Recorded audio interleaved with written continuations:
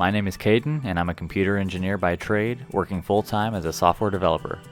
I've always enjoyed doing DIY projects, and after my channel started to get popular over my whole home audio projects, I decided to make this episode series. So come along this journey as I show you from start to finish how I'm installing whole home audio into my existing 2-story house.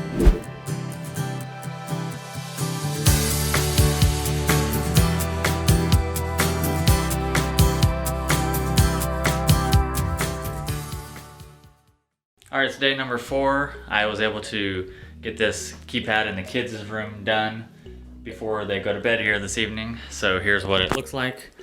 So I ended up putting it near the closet. This is the closet which has the attic space in it to get into this area. So I ended up putting it on that side rather than the light switch by the door because there's a stud like right here. I think due to this vent down here, I think there's just a stud that runs right there. So I thought it would look weird if I went that far over for the keypad. So, and I didn't want it to be above.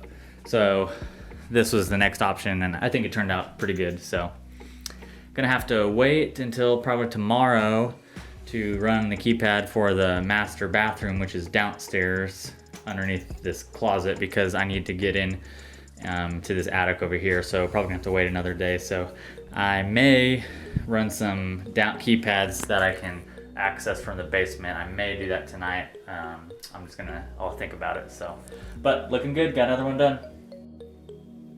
All right, I decided to go ahead and try and get the kitchen keypad done this evening and the living room done this evening. So I'm in the utility room because I need to fish a wire, Ethernet cord, through where I think an existing switch is, which is where I'm putting it next to. And so what I'm gonna do, there's snow outside. It's been snowing for the last 2 days in October, believe it or not. So I think what I'm going to do is run them down into this room for those keypads, and then I'll probably have like a junction box where I'll then go from that box through the outside of the house over here, and then so it'll just be a junction box. And I know that's not ideal, but I think just to keep things moving, I want to keep things moving along.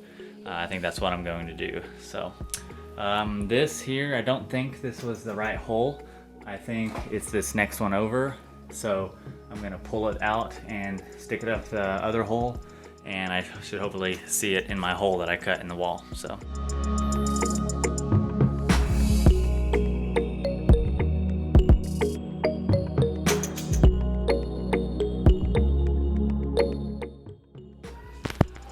Okay, I don't know if you can see that, but there it is.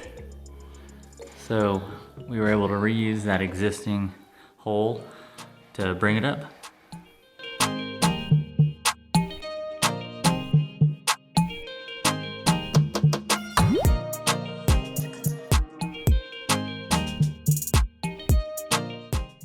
So at this point in the evening, I've gotten the kitchen one completed. So I start working on the one that's going to be feeding the living room. I pulled out where I thought I could bring up the cables, and I immediately started having issues. I wasn't able to get my rod through it. I started trying a hanger and other things, and ultimately I ended up taking off the baseboard. So if you look at the bottom, you can see I took off the wood baseboard, and I actually cut a little hole that way that would be hidden by the baseboard. But I cut a hole there because I was trying to figure out how I could get the wire coming up through there, and then ultimately if I could get it to that little area, then I would be able to get it to my keypad hole, which I had not cut yet because I didn't want to cut anything until I knew I could get the cable there. I worked and worked. I had to just sit back and think and get creative on how I could get this cable through the hole, because the bottom plate was so thick. It was 2 2x4s, and I couldn't get to it very good at all.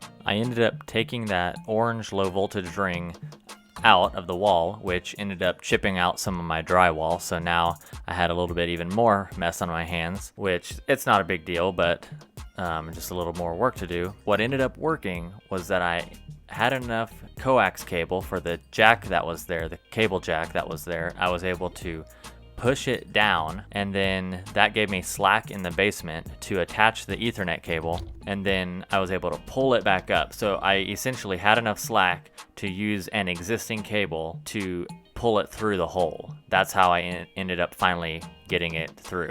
And I worked on this for at least an hour, if not an hour and a half. So now at this point, I've already cut the hole in the wall because now I've got the cable where I need it to be, so that would prevent me from needing to do any extra work had I not been able to figure this out. So I've got the hole cut, and this is actually an exterior wall, so you can see the doors there on the left. Those are doors that go out to the patio.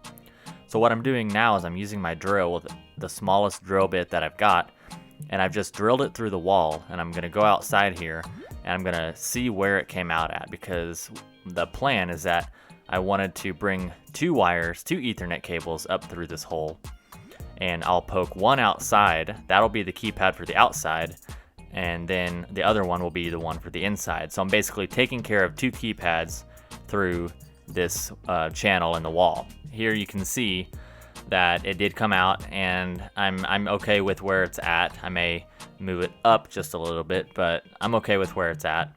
So we're good. So now I'm gonna push the cable back downstairs, and I'm going to run one more cable, and I'm gonna show you just how tight it was and what it looks like from the underneath side.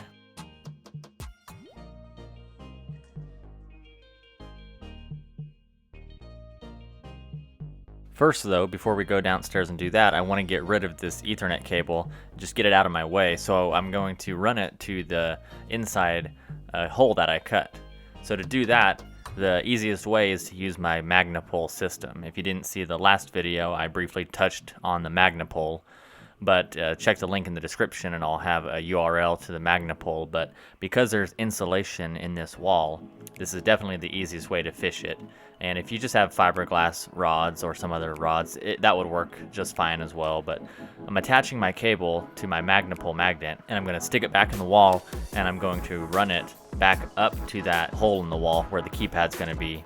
And unfortunately, my camera wasn't pointed up enough for you to see me pull it out through the hole, but I'm using my magnapull for this.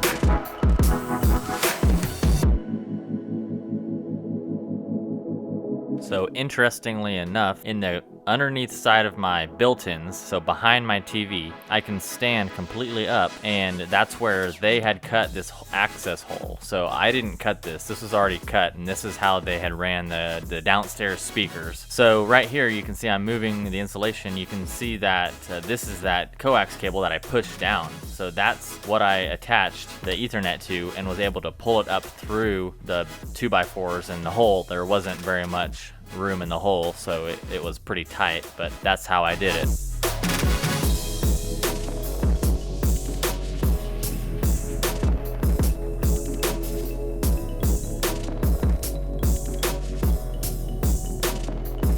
So now it's time to poke it out the hole that I drilled out the side of the house, feed it through, and let's go outside and see what it looks like.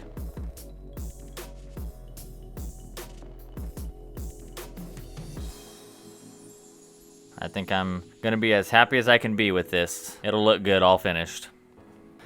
That was a bitch.